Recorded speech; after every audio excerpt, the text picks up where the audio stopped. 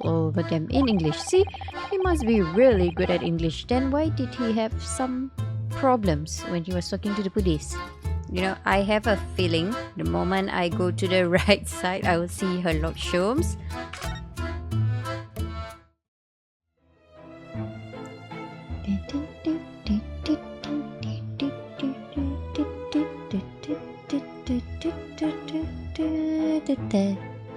Hi, welcome back to the Great Ace Attorney Chronicles. I'm back from my short trip, so I am quite excited to continue along with this investigation.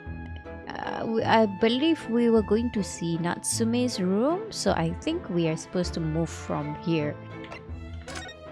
Yeah, a new location has been added. Let's read it. A small dark room rented by a visiting scholar from the Empire of Japan by the name of Soseki Natsume. I wonder what the room is like. I'm sure it's a bricked up room, yeah. Not sure why, but yeah. Okay, I see a Maneki Neko. A lot of books. What? Just look at this place. And smell it. It's so musty in here. Yeah, there's no window, you see. I'm not sure if it's just to keep him warm. There's no heater or something, perhaps. I suppose it's the mountains of old books that are responsible for that. And the fact that there's no window, actually, Yunosuke. Yes, Susato? I don't think I've ever seen so many books in all my life. Is my mouth not moving?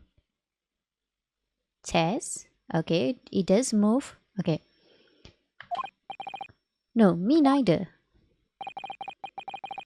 It's so dark in here too. Is that the window over there? It was the window, yeah, I think, yes. Once upon a time. But for some reason it's been closed up with bricks and mortar. Is it mortar? Hey, ooh, there's a cat. I just realized. Ooh, there's a calico cat, I believe. So this is where Mr. Natsume lives. By the way, I haven't spotted Mr. Sholmes anywhere, have you? He's like buried somewhere in the middle of the books. Or the books buried him. I have no idea. It's somewhere down there. No, that's true. But according to what Mr. Gary Depp told us, the great detective should be around here somewhere investigating. Okay. We're gonna find him somewhere in there. Right. I bet he's on the right side, but we'll see later. I want a cat first, please.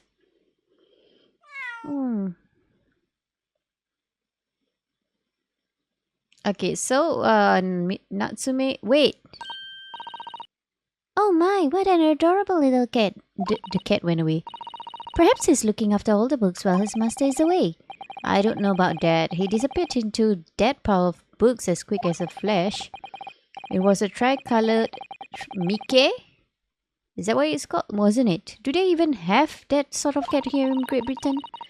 Perhaps Mr. Natsume brought the little creature with him from Japan. That's made me feel homesick now. Already? We've only been in the country for 2 days. Yeah, but he's been out at sea. I mean, you both have been out at sea for quite a long while. Look at all these books. Those books stacked up there. They almost reach the ceiling. They're all works of English literature. And they all smell so musty. So his English must be pretty good then, actually. With this volume of books to hand, you'd never be short of reading material, would you? No, what a dreamy idea. A bad dream maybe, for me at least. Mind you, I don't imagine the book that's at the bottom of the pile now will ever be read again. So reading it is an experience that comes but once in a lifetime. Just as the tea ceremony teaches us. I certainly didn't expect the conversation to turn down the path of tea ceremony philosophy. How about this? No? How about this? Look at all these balls of paper on the floor. There are notes scrawled all over them in English. See, he must be really good at English. Then why did he have some problems when he was talking to the police? It looks like the waste paper basket is so full they've just fallen out. I think Mr. Natsume must have been deeply immersed in his research, don't you? Or deeply averse to tidying up his mess? I wouldn't like to speculate which is closer to the truth. I think we shouldn't judge him, but I think Ryunosuke is probably right. That does seems to be wedged into a crevice between the mountains of books on either side. I suppose Mr. Natsume would sit there and read while stroking his cat. But surrounded on all sides by these towering old tomes, surely he dreamt of books every night as well. Yes, he must have done, mustn't he? I'm sure. Oh, what's this? It's a receipt from a second-hand bookshop. Your books. Oh yes, Mr. Natsume's name is on it. Look, and the date of purchase? 2 days ago at 4:45 p.m. That's gonna be important. That's the day of the incident. That's just a short while before he was embroiled in the terrible attack. He must have been on his way back from buying some old books. Okay. Is that a fountain pen? No, we can check. Okay. Okay, we'll check the window. Could you even call this a window? I think so. It was a window at one time after all. Although all that remains is a frame around some bricks now. So really it's just a wall then, isn't it? But why would anyone deliberately brick it up like that? I'm afraid I have no idea. Perhaps Mr. Natsume painted the brick design on in a fit of whimsy. Whimsy? No, that's alarmingly feasible. Anyway, whatever the reason, the lack of ventilation in here makes the place very oppressive. Yeah. It does. I imagine being cooped up in a room like this would be extremely trying. Are you sure he can break it up himself? Would the decision be up to him? He's not the owner. Oh look, it's a beckoning cat from home. It's a bit big and bulky, isn't it? Surely Mr. Natsume wouldn't bring that Maneki Neko all the way from Japan with him. Then how did he get it? I hardly think you're in a position to comment, Mr. Naruhodo. Yeah, you with that sword hanging on your belt. Are you forgetting? Oh. Did he? Are you forgetting the enormous Daruma doll that you brought in your luggage? Oh, Daruma dolls are a bit creepy to me. I don't know. Yeah, maybe I'm just thinking of that movie. Oh, I forgot what the title is. There's this movie where the games, the toys, the childhood toys come to life, I think. But they basically it will end up with people dying. What was it? Kami-sama no Yutori? Is that it? Wait, let me check. Kami-sama no Yutori is let me check. Kami-sama no Yutori. I watched the movie. It's a horror movie. Yes. Kami-sama no Yutori as the gods will. Okay. It's I believe it was adapted from a manga, and then but what I watched was the movie. I'm gonna confirm there is a movie. So there was this game. The Japanese do have this game called Daruma San ga Koronda. I can't remember what was the end of the movie. I think it's like, yeah, maybe you all will have to check it out yourself if you are not averse to gory scenes. Check Dharma Sangha Kurunda. Yeah, okay. Right. Yeah, it reminds me of that movie. Well, it can be dangerous traveling abroad. I wanted a lucky charm. Well, I imagine Mr. Natsume wanted the same, and this cat is sure to beckon good luck to him. Yeah, the cat is cuter than the Dharma-san. It's not doing a very good job so far, is it? You mustn't say such things. I didn't say a word. Why are my eyes such a giveaway? You know, I have a feeling the moment I go to the right side, I will see her Lord Sholmes. And I'm kind of hesitating to do that, but I know I have to, so let's go. There we go. See, what did I tell you? Okay. So when you find someone in the scene, you can't converse with the person. You have to examine the person. That's how it works. Ah, look, Mr. Naruhodo. Like, you could have seen him immediately when you entered the room. Definitely, you could have seen him. Unless you were standing outside the door frame and he's like out of angle. There he is. Where did he appear from? He seems to be engrossed in the pages of an old book. I hope he won't mind if we disturb him. Hello, Mr. Sholmes. Ah, you too. Good day. Now let me see. Where was it that we met? On the ship?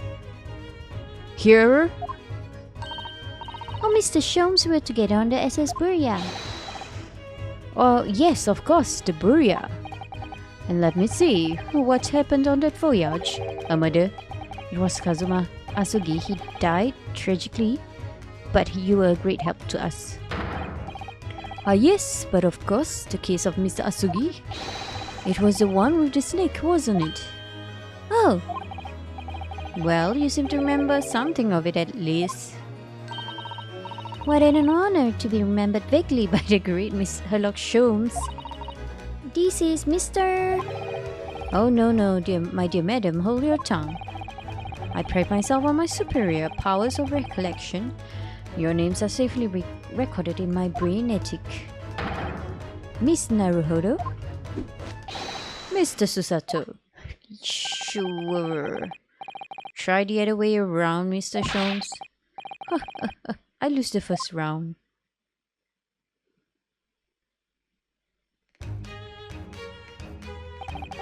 In truth, I had hoped to invite you both to my Baker Street suite the day we arrived in London, but some Scotland Yard ambushed me at the railway station and whisked me away to a crime scene. It was an entirely trivial case, of course. I solved the matter in no more than 30 minutes, but yet you are here now. So they apprehended Soseki's son in that short amount of time. I'm afraid the pursuance of a new case has dulled to my recollection of my past involvements a little. A little? It is a mistake to think that one's brainetic has elastic walls and can distend to any extent. I do my best to forget useless facts. What? Lest you should ever pull out the useful ones. Are you saying they're useless? Yes, those are my own words of inimitable wisdom, from an adventure entitled A Study in Scarlet. Please, there's no need to quote yourself. I don't always remember my pearls of wisdom, but fortunately my associate pens them beautifully. Yes, we've met her. He means Iris, I suppose.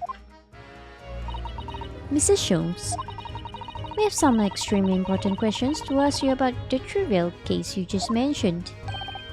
Goodness, what an earnest expression. My dear madam, I should be only too pleased. And this murky room is an apt place to discuss the murky case. Yeah? Okay, now we can converse? No? No? Do I just examine him again? I don't get it. Hello? Okay, well, he's gone. Can I... no? Okay. If he's gone, what do I do? Okay, now I can converse. I didn't realize. Okay. Mr. Natsume's arrest. We know this to be the lodgings of a Japanese foreign student by the name of Soseki Natsume. It seems that you assisted in his arrest, Mr. Sholmes, for the stabbing of a young woman outside here on Briar Road. Natsume. Yes, I believe it was a name rather along those lines. But Mr. Natsume denies it. Was it really justifiable to arrest him on so little? Isn't that why you are here now? I'm sorry, Miss Susato, but I have not the slightest idea what you mean. What? I can't believe he was looking Susato-san squarely in the eye while feigning ignorance. I assure you I am not merely feigning ignorance. Did he hear my thoughts too? It would appear as if the pair of you are under some misapprehension. Oh, how? I assure you I have no recollection of accusing your stupid compatriot of the crime, really. But it doesn't make sense. The good detective of the Scotland Yard made the following request of me, and I quote verbatim. We need you to ascertain the identity and whereabouts of a man seen fleeing the crime scene. Oh, a man seen fleeing. There were a number of books scattered on the pavement at the scene. From the book plates, I was quickly able to determine the bookshop from which they had been purchased. On speaking with the proprietor, I was immediately led to this address. Elementary, wouldn't you say? Yes. I believe there is a receipt around here somewhere from the establishment in question. Yes, we found it.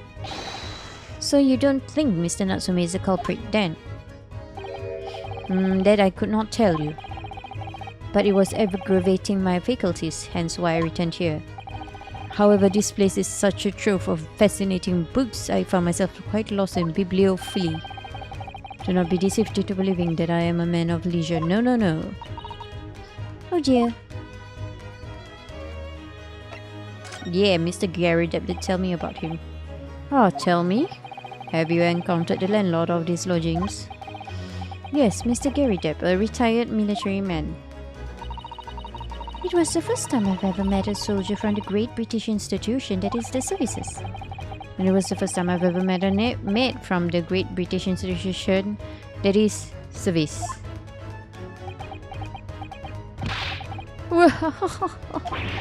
I didn't think was that funny. I do apologize. As you may well be aware, many households in London employ a maid, but you don't, right? Yes, I read it as much in my Great Britain primer. And so conversely, whether or not a household employs a maid has come to betoken the social standing of those dwelling therein. Betoken their social standing? Sorry? Indicates how rich they are? Put simply, my dear fellow, those who employ at least a single maid are considered middle class. Those who do not are beneath that. You mean with a maid you are middle class? Okay. In the upper echelons of society, of course, households employ enough staff to constitute a large family. Goodness, how extraordinary! As you can appreciate, for those on the precarious boundary between the middle and lower class. Oh, I have a bad feeling about this. I feel like I have an idea. Oh no. Being able to afford just one maid is of the first importance. Oh, she's not a maid, is she? She's pretending to be a maid so that the guy could seem like he's a bit at least of middle class. Oh no. I had no idea. But what about Sholmes? Is it fine? I guess so. He wouldn't care, I guess. And it is for precisely that reason that I find great stimulation in the situation upstairs. Specifically in the retired army veteran, Mr. John Gary Depp. Oh? Affable as he is, the fellow is hiding something. Whether or not it imposes on the circumstances of this case, I am as yet unable to ascertain. I'm entirely lost on what he means to say. This room is thoroughly suffocating for the soul, my dear fellow. I assure you, any man whose lot is to dwell in a place such as this will stab somebody sooner or later.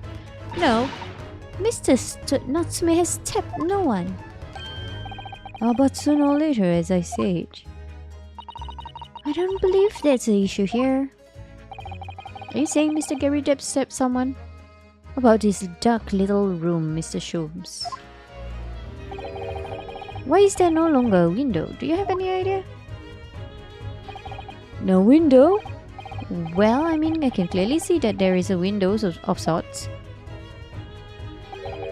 But it's been completely blocked with bricks. Oh, I see. The answer to that question is quite simple. Window tax. What? Window tax? What's that? Surely, not a tax on windows. Precisely that. That's nonsense. Oh my goodness. Oh my goodness. Oh, same. Alright. Until relatively recently, a tax was levied on the households in this country by the number of their windows. Those of lesser means having inherited a sizable and costly family home perhaps rapidly closed windows up. Yeah, so see that confirms my suspicion. I think Mr. Gary Depp is not rich, and he's pretending to be at least middle class. I think he is not doing well, especially since he's injured. He cannot really afford to pay for, or he can't afford his livelihood, maybe even. Well, the rich open the windows here and there and everywhere in an effort to curry favor with those in power by furnishing them with large amounts of tax money. How awful and unjust! Forcing people to live in rooms devoid of light. Indeed, disease was rife as a result. So some 40 years ago or thereabouts, the windows tax was abolished. Then why is it back up? Oh, okay, I see. Alright. Oh, it was 40 years ago? Okay. But its legacy remains, as you can see, in squalid lodgings such as this, for example. I suppose Mr. Natsume's stipend for living here in London isn't very generous, perhaps. Yeah. It would appear so. I've done a little digging and discovered that these lodgings were offered at an extraordinarily low price.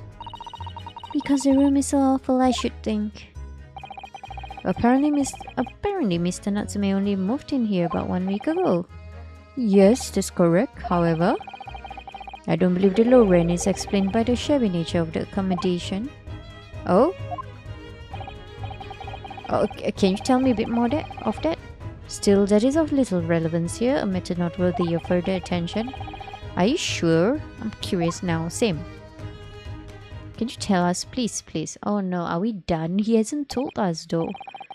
Well, I believe I've told... No, you have not. I believe I've told you all I can now. Thank you, Mr. Sholmes. Ah, yes, Mr. Naruhodo. Was it not your intention to become a practitioner of law? You remembered that, did you? Interesting. Will you perhaps be offering your services in this very matter, I wonder? To the occupant of this room, Mr. Natsume, was it? Yes, I am. I'm not sure. Oh, no? Okay. Not sure. On what grounds? Well, I actually defended someone in court here only yesterday. Really? Well, then I congratulate you, sir, on an ambition realized. And so promptly, too. The thing is, it's really made me question things. Am I right to believe in my clients? To trust in their innocence? Yes, trust. Mr. Sholmes. Mr. Natsume didn't do it, did he? How would we know? Yet. My dear fellow, I haven't the first idea. Great. Oh, but I thought that's why you were here. Didn't you come back to investigate? Ah, yes, that was indeed my initial intention. But there are simply too many fascinating books here. I couldn't possibly ignore them. Oh, I see. Nevertheless, there are two facts that I can state quite unequivocally. The man who fled the scene of the crime 2 days ago was the Japanese occupant of this room, and there are witnesses who swear to having seen the same man commit the crime. That is all I can say.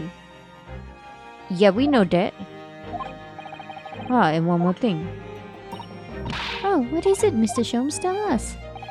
I cannot say with any certainty whether or not it is of relevance to this case, but I am quite sure that the retired army man who owns this property is hiding something. Yes, we know that too.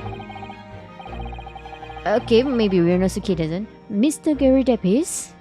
Mr. Sholmes said as much before actually, didn't he? Yes. Anyway, at present, that is really all that plays on my mind in relation to this case. Mr. Naruhodo, as yet, our investigations have uncovered nothing that could help establish Mr. Natsume's innocence. No, you're right. Perhaps it's time we probed a little deeper into Mr. Gary Depp's secret.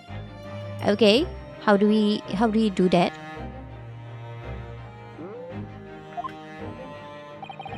Just remember, I cannot be sure whether the landlord's secret will prove to be of relevance or not. But I wish you every success, of course, Mr. Naruhodo. Okay, bye, I guess. Are you going back to reading? A busy man indeed. He's gone back to his book in the corner of the room. I wonder what book he's reading. Examine.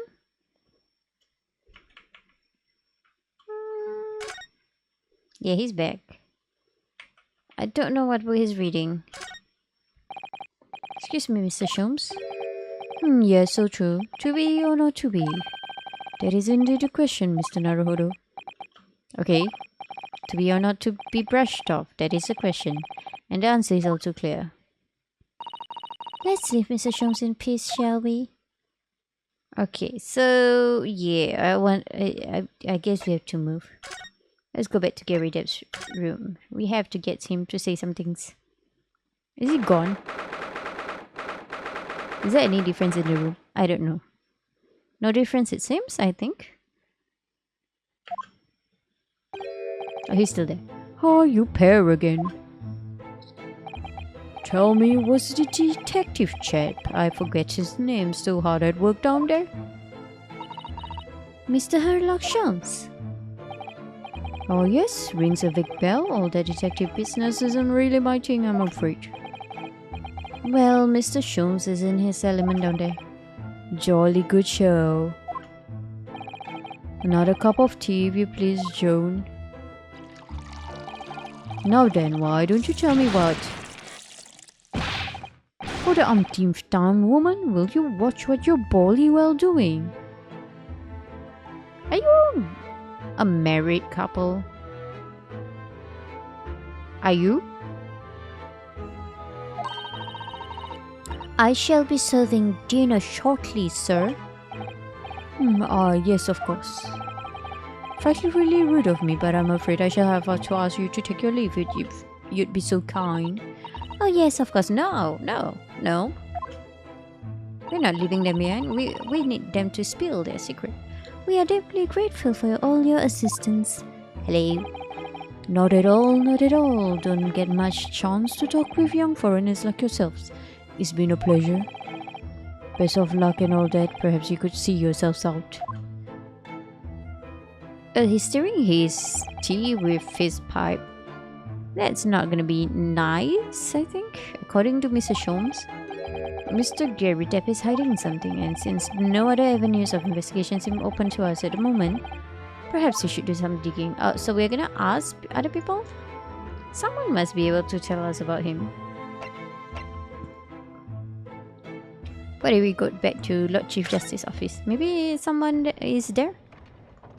No? Okay. Or if we go to Briarwood and someone can tell us? No? What if we ask Iris? Maybe Iris will know. Oh, Iris is there. Let's talk to her. Iris is hard at work at her desk. Look.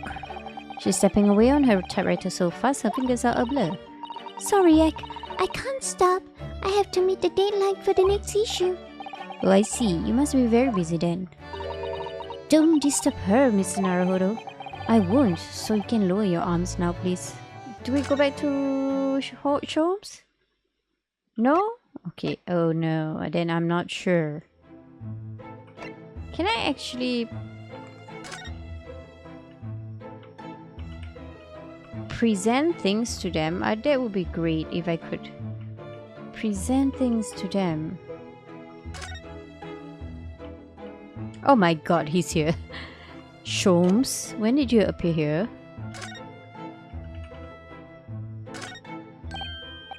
Huh, what's he doing over there? Hey, Mr. Sholmes? Haha, we meet again, my dear fellows. Good gracious, when did you sneak in here? Sherlock Sholmes, sir, at your service. Whatever were you doing over there by the window? I am given to watching the evening sky as the sun sets, madam. Yet sadly cheerful as the room downstairs. Undoubtedly it lacks... What? Sorry. Undoubtedly it lacks an aperture for such observation. Yeah, because it's bricked up. So I took the liberty of borrowing a small corner of space by the window up here. Well... Keeping an eye to one's windows at dusk is a prudent thing to do in London, I'm gathering. Oh, and one other thing, Mr. Naruhodo. Oh, me? I thought perhaps you might be in need of a certain great detectives. Great mind. Oh, are we doing his thingy? Wait, he's not talking about, is he? I didn't expect to be going through that again so soon. Do you mean Mr. Sholmes? There is a mighty secret in this modest room. My eyes see even the most trivial of trifles. I take it you're prepared, Mr. Naruhodo. Yeah, let's do. I think so. There is just enough time enough for one of my greatly admired great deductions. Let us conclude the matter before dark. Mr. Gary Depp, though it would seem you are a military man of considerably distinguished service. Your standing as a landlord is most certainly not one might call first-rate. I'm afraid, sir, that it is all too clear to me. There are two conclusions I have been able to draw by careful observation of your living arrangements. I beg your pardon. The first is that even as we speak, you are concealing the presence of a ferocious beast in your care. I'm sorry, what? Huh? And the second is that as a result of the beast's violent rampage, you have lost something very dear to you. I'm not sure whether you're right. Mr. Naruhodo, look!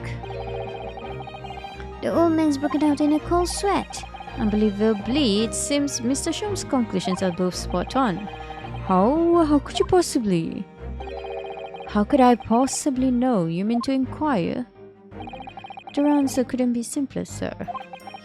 For in the dense jungle of logic and reasoning, I am the king of this. And I know only too well that wild beasts are not easily tamed. So, shall we begin? Once again, Sherlock Holmes is proud to present his logic and reasoning spectacular. The game is afoot.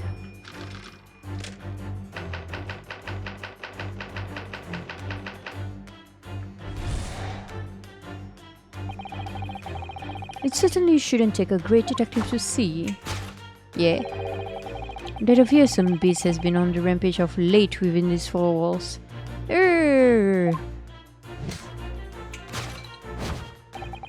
Thus we are faced with the question, what form might this beast take? See, he's looking at her. For a man with a military breeding, your eyes are uncommonly candid. Your furtive glance, Mr. Gary Depp, leads us directly to the answer. Yeah, I knew he was going to point at the lion.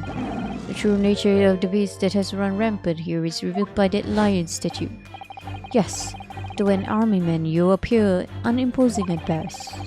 A fact that has fueled your admiration for the mighty lion, the king of beasts. What is this peaceful, I ask you? And then your admiration became so great, in fact, that you had a living, breathing specimen shipped from India, which you tried to keep in this very house. What?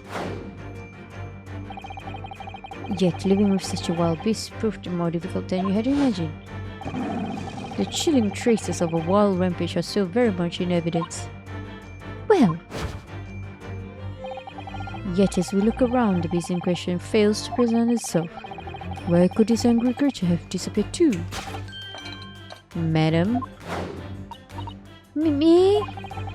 I pray you do not consider me unchivalrous, but it is plain to me, with one glance in your direction. It is... Your dress pocket gives us a handsome clue as to the beast's current whereabouts. For protruding from it is a handbill advertising a circus show.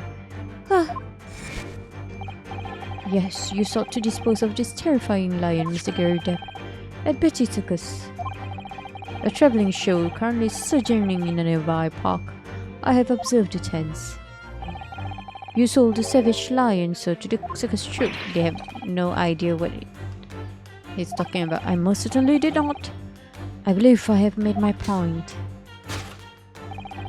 The fearsome beast which ran amok in this room was an Indian lion, and a simple visit to the circus now will reveal the lion prancing jubilantly through a ring of fire. Right, sure.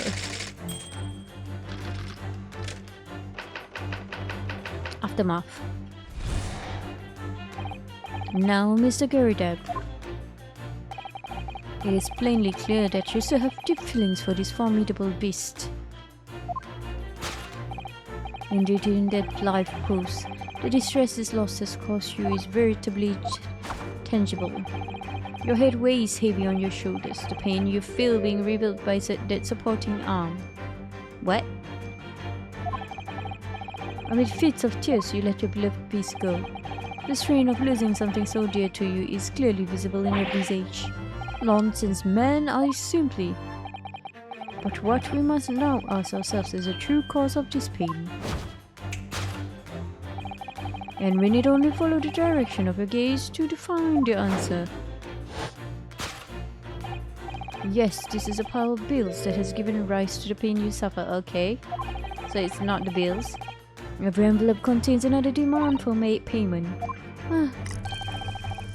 For cartloads of meat, potatoes, wheat and tea. Indeed, feeding your beloved head has had a devastating impact on the financial circumstances of your household. And so you had no choice but to let it go. Yes, well, now in a final fit of rage, the ferocious beast carried out one last unimaginable attack. Unimaginable? The aftermath of which can be clearly seen by observing the carpet over there. A very expensive woolen carpet if I'm not mistaken. Oh dearie me, what could have caused such a destructive outburst? Well, this time, madam, I'm afraid it is you who has inadvertently revealed the truth to me. You are wondering I have settled upon the answer very neatly indeed. I don't think it's that far. Yes, to explain the dire state of the carpet, we only need to look at the Tower of Cakes. There is no creature more dangerous on this earth than a beast with an unsatiated appetite. Was it? Or was it not once said by a certain noble woman, if they have no bread, let them eat cake? Really? Food is at the heart of all the tragedy, in fact. Whatever do you mean? Having tired of the taste of cake, the beast began to stalk its next prey. I'm sure I need not spell out the nature of this final act of destruction carried out by the beast.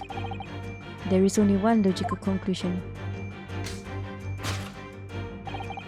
Worked into a frenzy by hunger, the lion attacked and ate the carpet. The teeth marks in the carpet are a perfect match with those of a lion I once saw in India. No.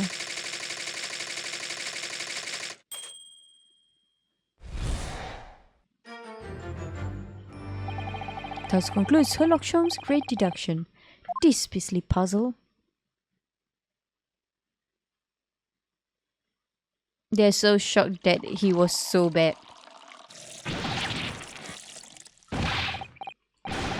What is the matter with you, Joan? You're pouring scalding hot tea all over me. Oh, I'm sorry, Mr. Gerudab. I'm afraid I didn't notice. My deductions can be startlingly sharp. It stands to reason that your cup runneth over. Indeed, my revelations can make people spill tears at times too. Oh? Mr. Sholmes, sorry to butt in again, but could I make an observation? Why, certainly, Mr. Naruhodo, what is it again? Well, your deductions just now. Do you really think a lion could have fit inside a room of this size? Indeed, it is the only explanation for the facts. The terrifying truth all too often lies beyond the realms of common sense. But wouldn't it be an idea to consider what lies inside the realms of common sense as well? But if an uncaged lion had run amok in this very room, surely Mr. Gerudab and his maid would have been hurt, or worse. Eaten. Ah, that's where you are stuck. No doubt the former military man held his own against the beast using that large cannon.